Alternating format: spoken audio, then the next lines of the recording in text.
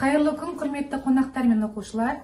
Бүгінгі жас экскурсовод және жас өлкетанушы атты жоба аясында ұйымдастырған музейіміздің ғылыми қызметкері, сонымен қатар музей экспозицияларының, оның ішінде Алтын адам көшірмесінің, Алтын шоқы тауындағы әмір темір белгі қалдырған тұтастың көшірмесінің, көрме залындағы ғарыш тарихының макеттерінің авторы, Білеуті этно ауылының ұйымдастырушысы, Байдединов Кешубай Хамитұлының тоқыма өнерінің әдістері атты шеберлік сабағына қош келдіңіздер. Бүгінгі сабақтың мақсаты түрлі түсті тоқыма жіптерінен өзіміздің күнделікті өмірде қажетті бұйымдарды жасап сіздерге үйрету. Келесі сөзді Кешубай аға сізге беремін. Оқушылар, қош келдіңіздер.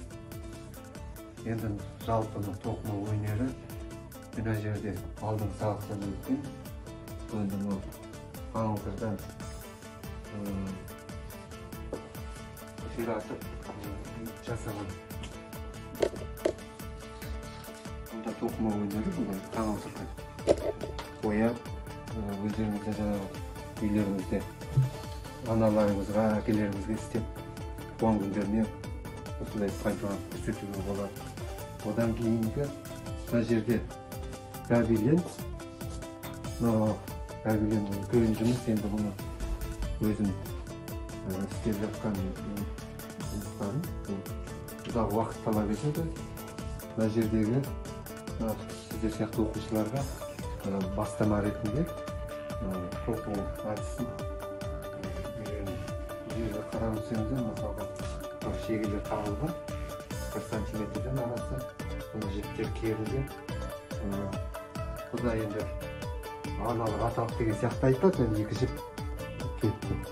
Сосын бұда байланып тұрған жіпті арасынан өткізген тоқу әдісін үйреніп қарап өтсеңіздер, мысалға шегелер қағылған 1 сантиметрден арасы, бұны жіптер керілген.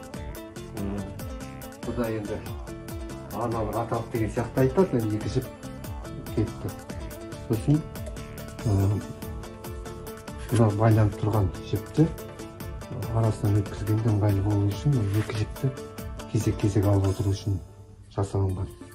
Сосын бұда болса болмаса салатын, тоқитын суреттеріңізді кейін өздеріңіз пайдаланасыздар. Бұл енді ең бастап жүрген балаларға арналған ғой, кейін мынандай дамыта бересіздер. Одан кейінгі міне плед, қазір перзентханада балаларды алып шығып жатса да орап алып шығып жатады, осындай қолдан істелінген. Бұны үйренсе әр бала істеуге болады, мысалға. Бұған енді жіп пайдаланады. Сосын бұл жерде де жалпы ағаштан жаңа станок дейді ғой, ағаштан өзі көлеміне қарай, мысалға төсекке жапқыш қыласыз ба, или иыққа жабатын қыласыздар ма, әр өзіне қарай мынау ағаштан сол мөлшерлеп істелінеді. Бұл жерде де жаңағы арасы. Қазір перзентханада балаларды алып шығып жатса да орап алып шығып жатады, осындай қолдан істелінген. Бұны үйренсе әр бала істеуге болады, мысалға.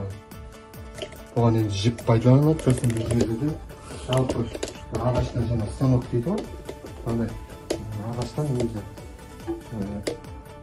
көлеміне қарай, мысалға төсекке жапқыш қыласыз ба, или иыққа жабатын қыласыздар ма, әр өзіне қарай мынау ағаштан сол мөлшерлеп істелінеді.